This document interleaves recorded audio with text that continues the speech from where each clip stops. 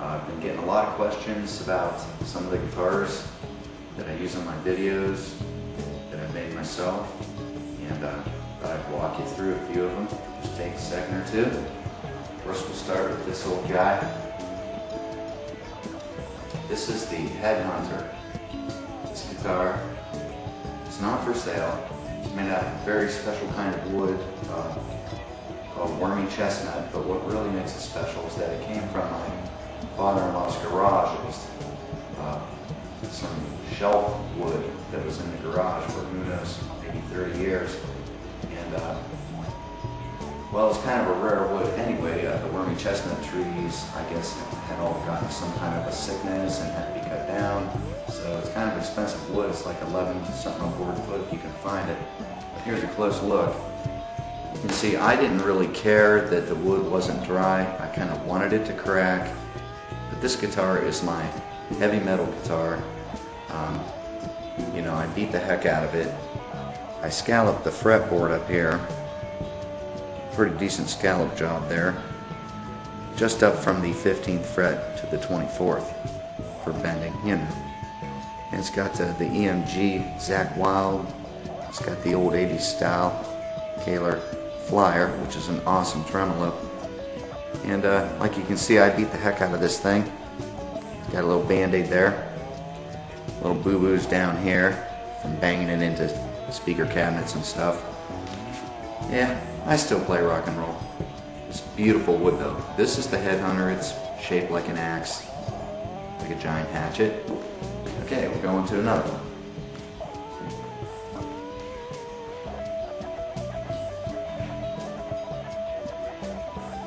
This next bad boy here is the actual first Angel style guitar body that I made.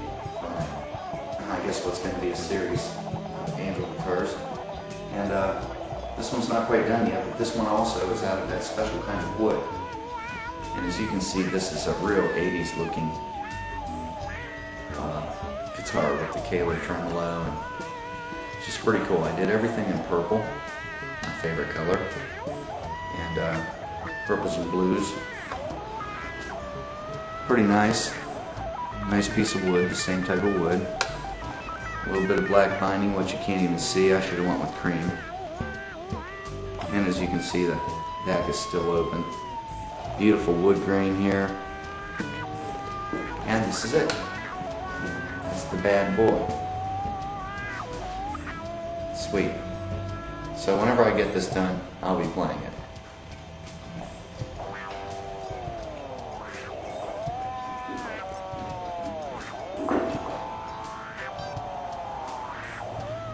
This next Bad Johnson is from the Ancient Archives.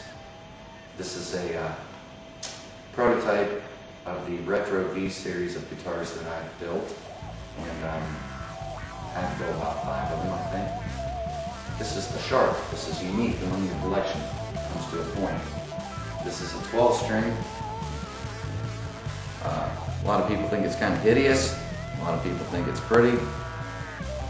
I don't know. People seem to like it overall. Very retro, and yet somehow futuristic. It's a beautiful piece of wood. I think it's some type of an Asian pine. It's actually a very hard type of pine. But anyway, it's a 12-stringer. Not the greatest neck that I use there. It's an old Epiphone 12-string neck from the bolt-on. So eventually I'm gonna redo this.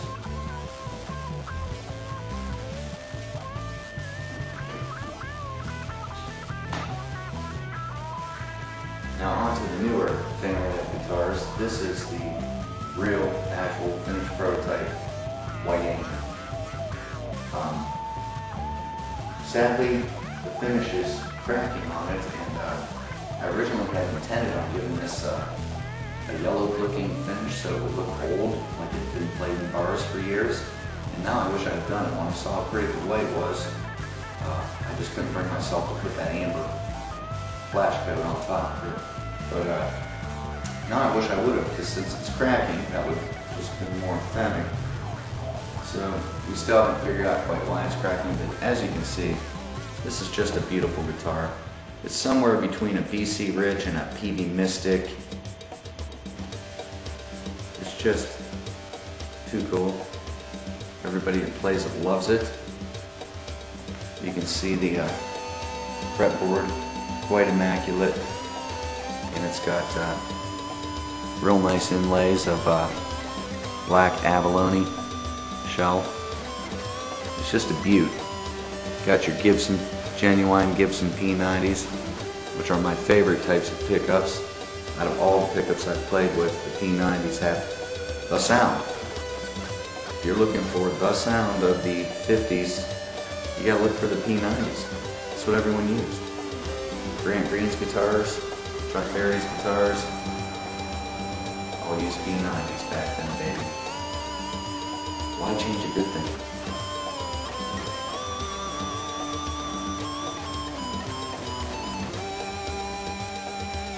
This guitar, everyone who's watched my videos, I'm sure you're quite familiar with this one.